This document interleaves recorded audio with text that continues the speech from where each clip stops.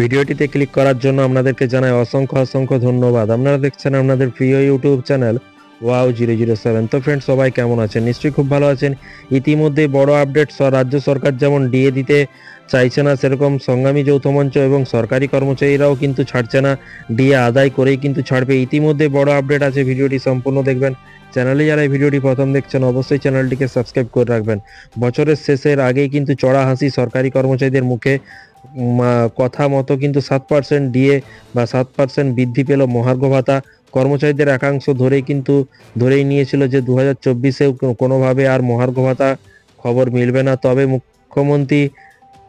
মুখ্যমন্ত্রী তাদের নিরাশ করেনি। উৎসবের মুখেই কিন্তু সুখবর জানিয়ে চমকে দিলেন কিন্তু রাজ্য সরকারি কর্মচারীরা। এর পাশাপাশি বহু প্রতীক্ষার অবসান, অবশেষে কিন্তু কথা মতো কিন্তু বছর শেষের আগেই কিন্তু মুখে হাসি ফোটালো রাজ্য সরকার। কেন, কিসের জন্য বলা হয়েছে, চলুন দেখে নেওয়া যায়। এক ধাক্কায় 7% পর্যন্ত ডিএ বৃদ্ধি ঘোষণা করলেন মুখ্যমন্ত্রী মমতা বন্দ্যোপাধ্যায়। গত কয়েক বছর ধরে একটানা কিন্তু ডিএ নিয়ে কিন্তু লড়াইয়ের পর অবশেষে খুশির খবর পেলেন কিন্তু তারা।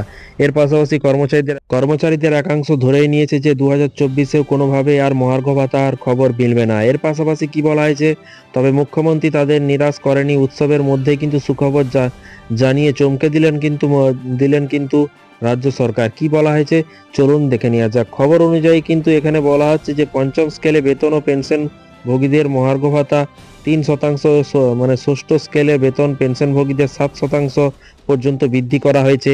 এর পাশাপাশি এর ফলে উপকৃত হবেন রাজ্যের কয়েক লক্ষ কর্মচারী। তবে কেন্দ্রীয় সরকারি কর্মচারীদের সঙ্গে ভাতার বিস্তর ফারাক কিন্তু থাকছেই।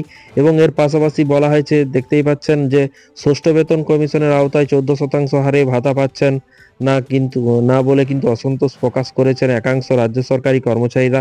এর পাশাপাশি হাইকোর্ট থেকে সুপ্রিম কোর্ট পর্যন্ত গেলেও কিন্তু মমতা সরকার এই বিষয়ে কোনো কথা এখনো পর্যন্ত বলেনি।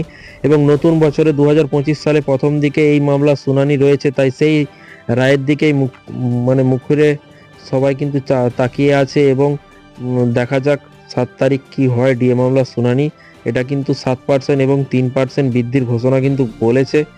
তো দেখা যাক পরবর্তীকালে কি আপডেট আসে। যখনই নতুন আপডেট আসবে অবশ্যই আপনাদেরকে জানানো হবে। তাই চ্যানেলটিকে সাবস্ক্রাইব করে পাশে থাকা বেল আইকনটিতে প্রেস করে রাখবেন পরবর্তী নতুন আপডেট পাওয়ার জন্য। ভালো থাকবেন, সুস্থ থাকবেন এবং নিজের খেয়াল রাখবেন। Thank you.